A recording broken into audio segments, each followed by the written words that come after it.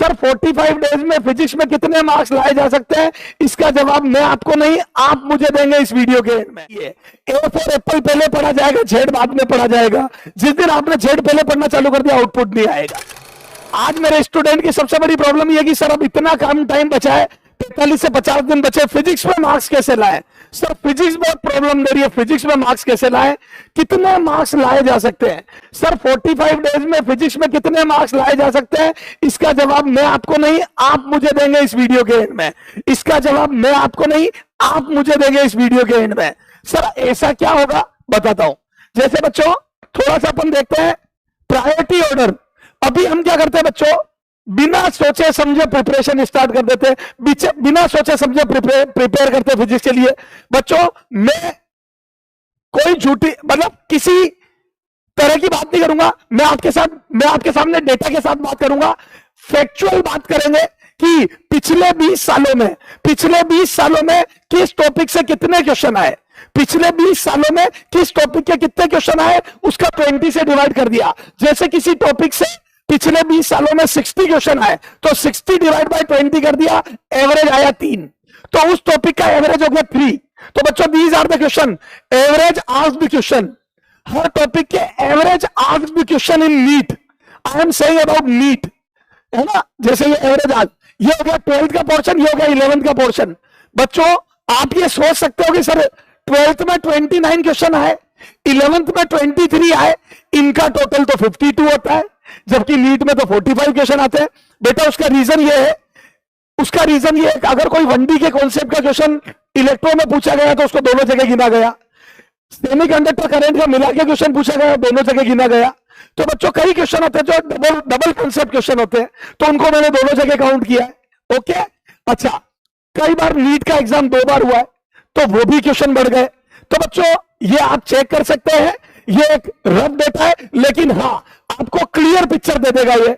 तो बच्चों 55 से 60% तक आता है 12th का पोर्शन और 40 to 45 का वेटेज रहा है 11th के पोर्शन का।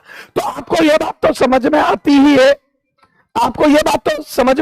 है, कि तो बेटा 55 to 60% वेटेज रहा है 12th का, 40 to 45 रहा है 11th का। तो हमें एक बात तो समझ में आती कि 12th का पोर्शन का वेटेज कंपैरेटिवली थोड़ा ज्यादा है, लेकिन उसमें से भी बच्चों हमें किस ऑर्डर में पढ़ना है। सर लास्ट 45 डे में हमें किस ऑर्डर में पढ़ना है। तो बच्चों न्यूक्लियर और रेडियो एक्टिविटी के 3 क्वेश्चन आए average, on and average 3 question nuclear radio activity से पूछे, डुअल नेचर से 2.75, एटम एक्सरे से 1.5, सेमीकंडक्टर से 4। तो बच्चों मॉडर्न फिजिक्स की इंपॉर्टेंस देखिए आप, मॉडर्न फिजिक्स की इंपॉर्टेंस देखिए आप, लगभग 11 क्वेश्चन, 10 to 11 क्वेश्चन। बच्चों 11 क्वेश्चन का वेटेज है, लगभग 11, मोर देन 11 क्वेश्चन का वेटेज है इंक्लूडिंग सेमीकंडक्टर।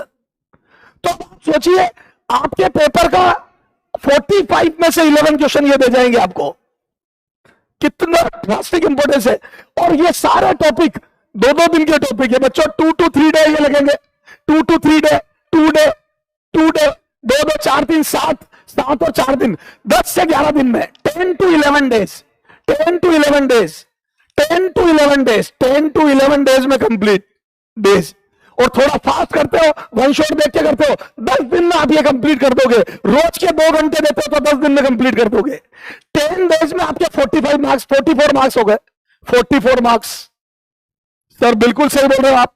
बच्चों आपको पता है मॉडर्न फिजिक्स की इंपॉर्टेंस। अब आप क्या करते हो, इलेक्ट्रोस्टैट कर रहे हो, रेओप्टिक्स कर रहे हो। बेटा कीजिए, मैं ये नहीं कह रहा हूं मत कीजिए, पर पहले प्रायोरिटी से चलिए। ए फॉर एप्पल पहले पढ़ा जाएगा, जेड बाद में पढ़ा जाएगा। जिस दिन आपने जेड पहले पढ़ना चालू कर दिया आउटपुट नहीं आएगा। ओके बेटा, तो सीक्वेंस प्रायोरिटी ऑर्डर को फॉलो कीजिए ताकि मैक्सिमम स्कोर कर सको। बेटा सही डायरेक्शन में मेहनत करो। डिस्टेंस चलना तो बहुत आसान है, डिस्प्लेसमेंट जिसकी लाइफ में आता है वो जीतता है। तो displacement is must not distance. Okay, wave optics और रे ऑप्टिक्स, वेव ऑप्टिक्स का 1 क्वेश्चन का वेटेज है ऑन एवरेज, रे ऑप्टिक्स का 3 का है। लेकिन बच्चों रे ऑप्टिक्स में जितना टाइम लगेगा उतने में आप ये सब कर लोगे, ठीक है। तो आई सजेस्ट कि आप थोड़ा सा प्रायोरिटी ऑर्डर में रे ऑप्टिक्स को पीछे रखिए। नो डाउट 3 क्वेश्चन है, लेकिन बच्चों रे ऑप्टिक्स है भी उतना ही लंबा। इसमें 4-5 टॉपिक मिक्स है, प्रिज्म अलग है, लेंस अलग है, मिरर अलग है, आई डिफेक्ट अलग है, आपको पता है ऑप्टिकल इंस्ट्रूमेंट अलग है, तो बच्चों बहुत लंबा टॉपिक होता है, तो मैं इससे भी ऊपर प्रायोरिटी ऑर्डर में रखूंगा वेव ऑप्टिक्स को। Yes sir.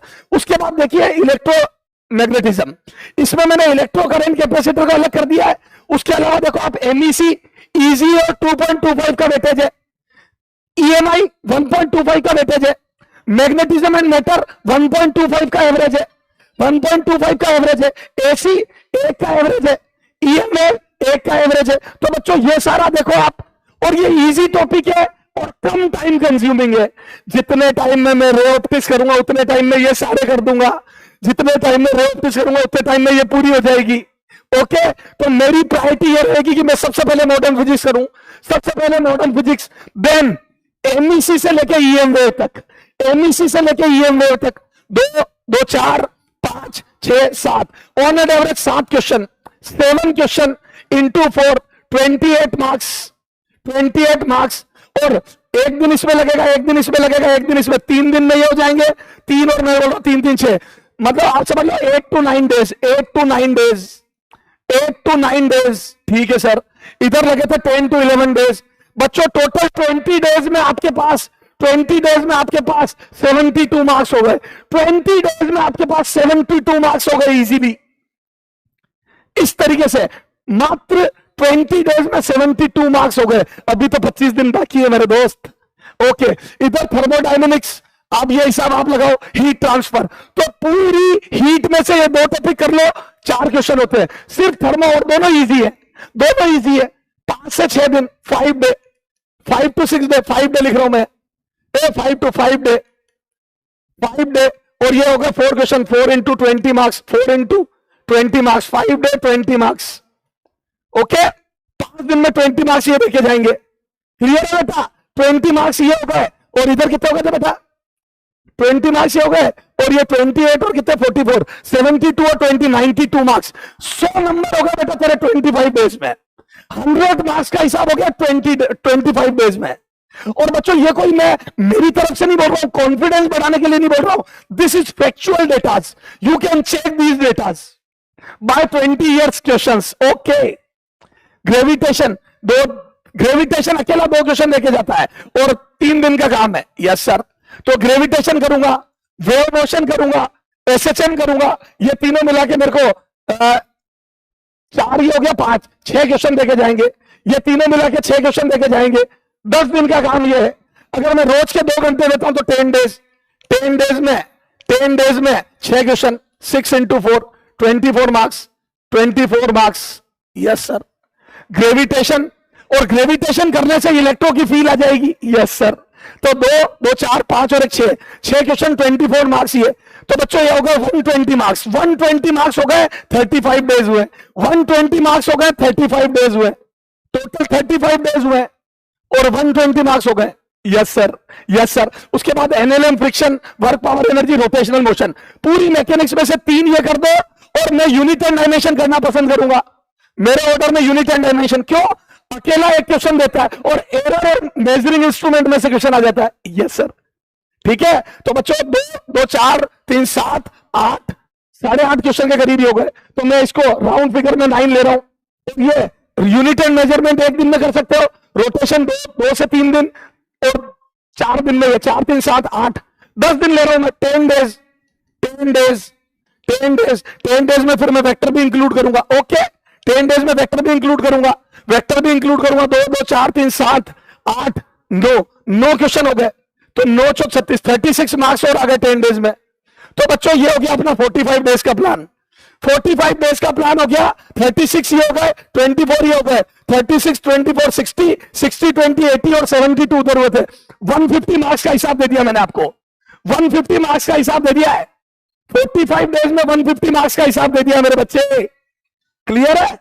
अब आप देखो, फ्लूइड मैकेनिक्स 2/3 0.67 क्वेश्चन आता है, प्रॉपर्टी ऑफ सॉलिड 1/3 0.33 क्वेश्चन आते हैं, काइनेमेटिक्स इसमें 1D 2D वगैरह सब इंक्लूड कर दो, 1.5 क्वेश्चन आते हैं।